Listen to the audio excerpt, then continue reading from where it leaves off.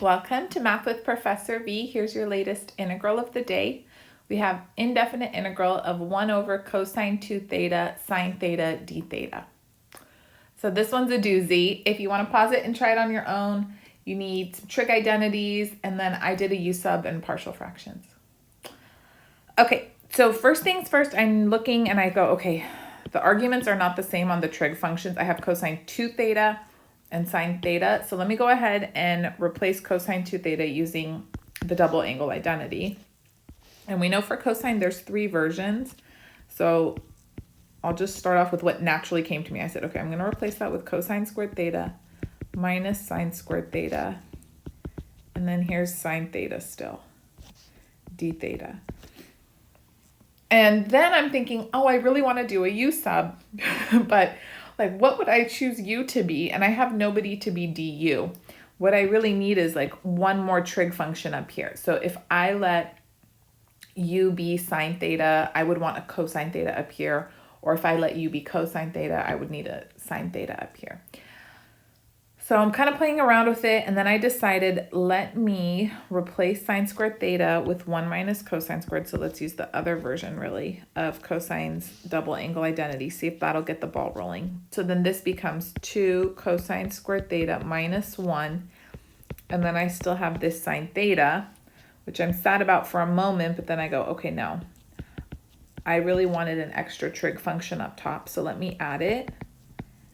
But not illegally, so I'm multiplying by sine theta top and bottom.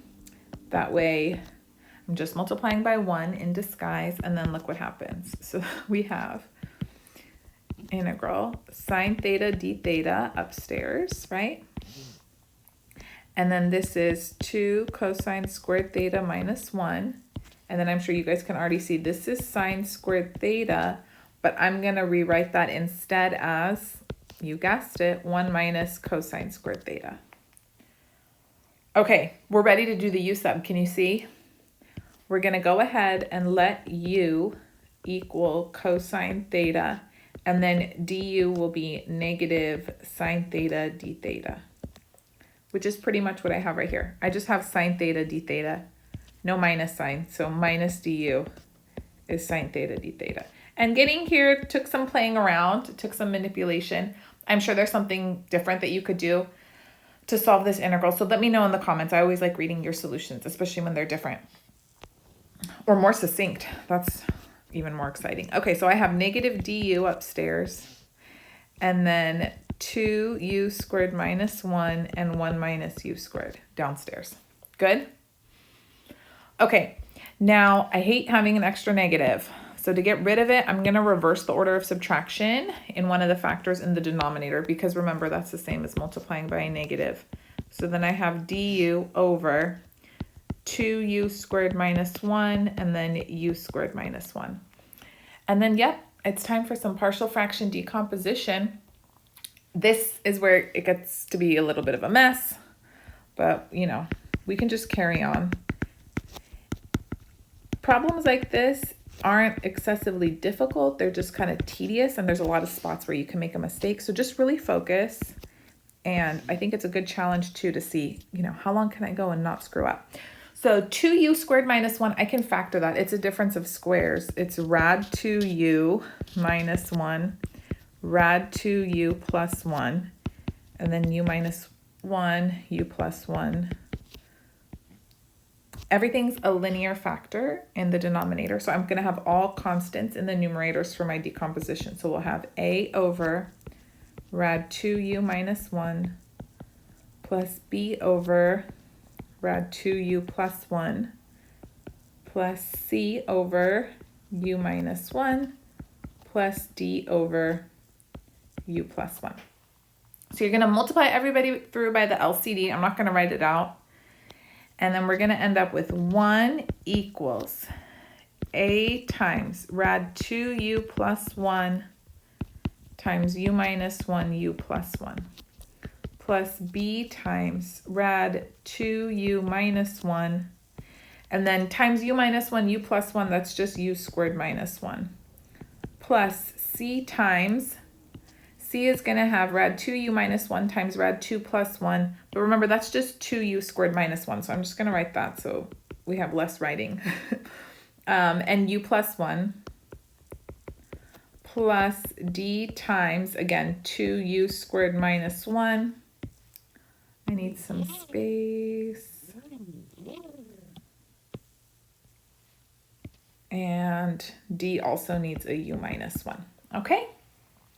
Easiest way to solve for a, b, c, d is just substitute in different values of u that will zero out the factors that we have here. So to start off, I'm going to let u equal 1.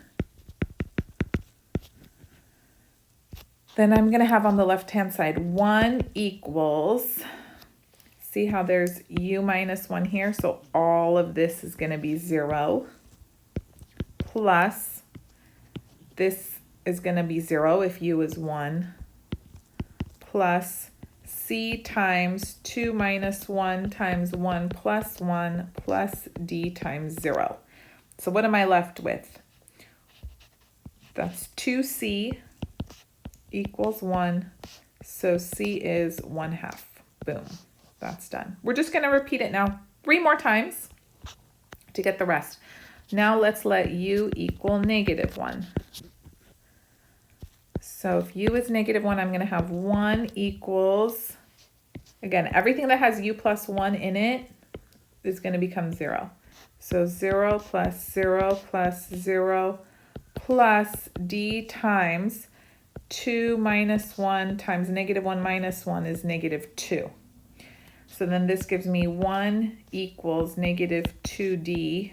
So d is -1/2. All right, look at us making such progress.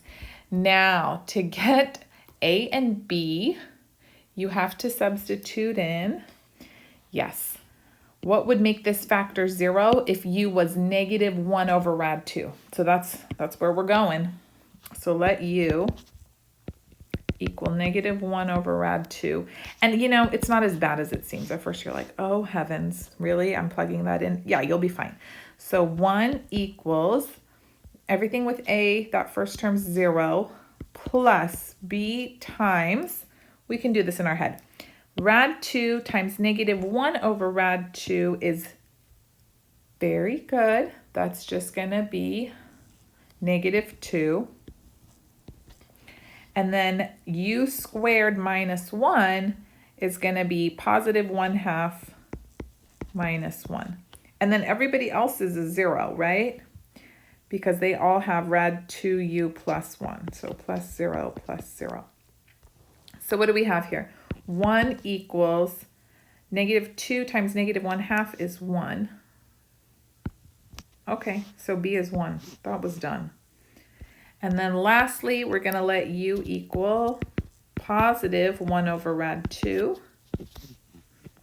Boom, ba-da-dum. Box nicely for me. Okay. So hopefully you guys have this part written down, yes? So 1 will equal, I'm substituting in +1 over rad 2. So that's going to be just 1 plus another 1. So that's 2. Okay. So 1 equals a times 2.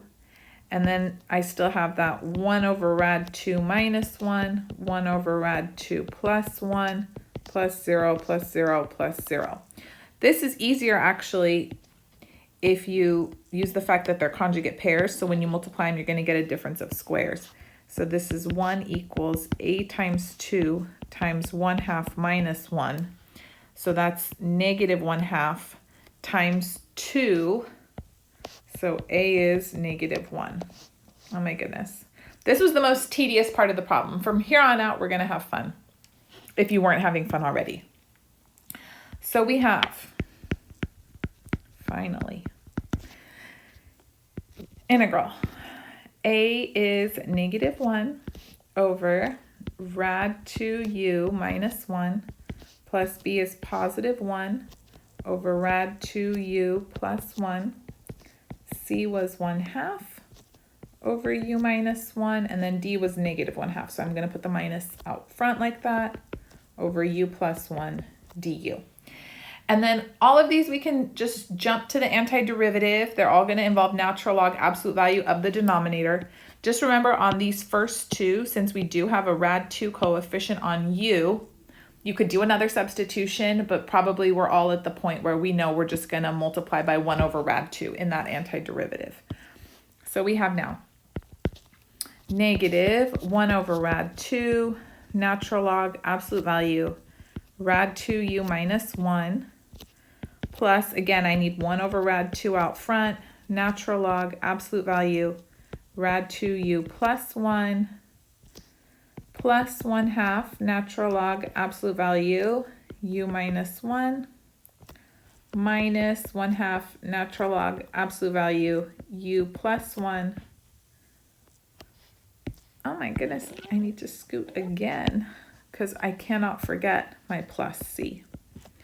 Yes. So it looks messy with so many logarithms.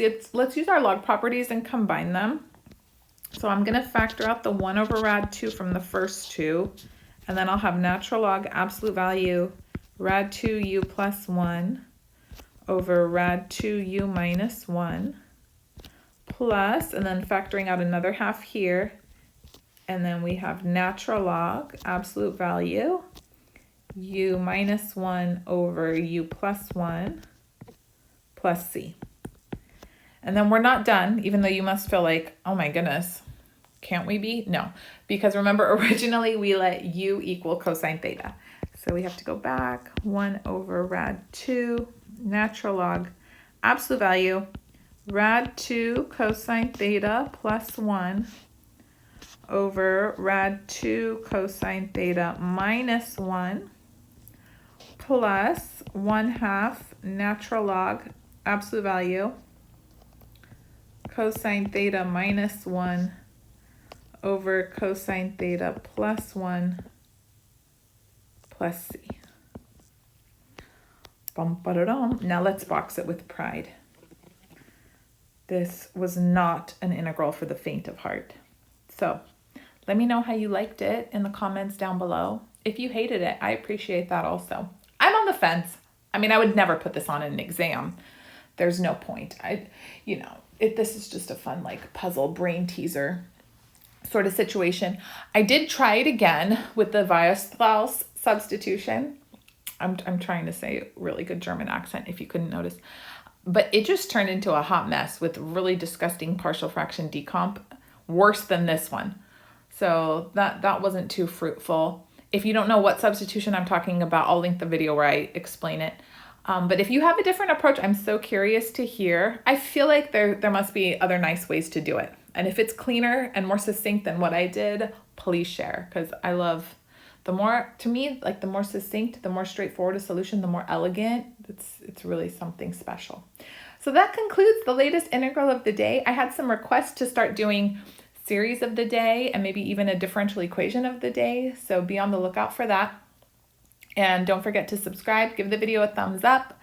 You can also follow me on Instagram, TikTok, Math with Professor V. I love you all so much. Thank you guys for your support, and I'll be back sooner than later.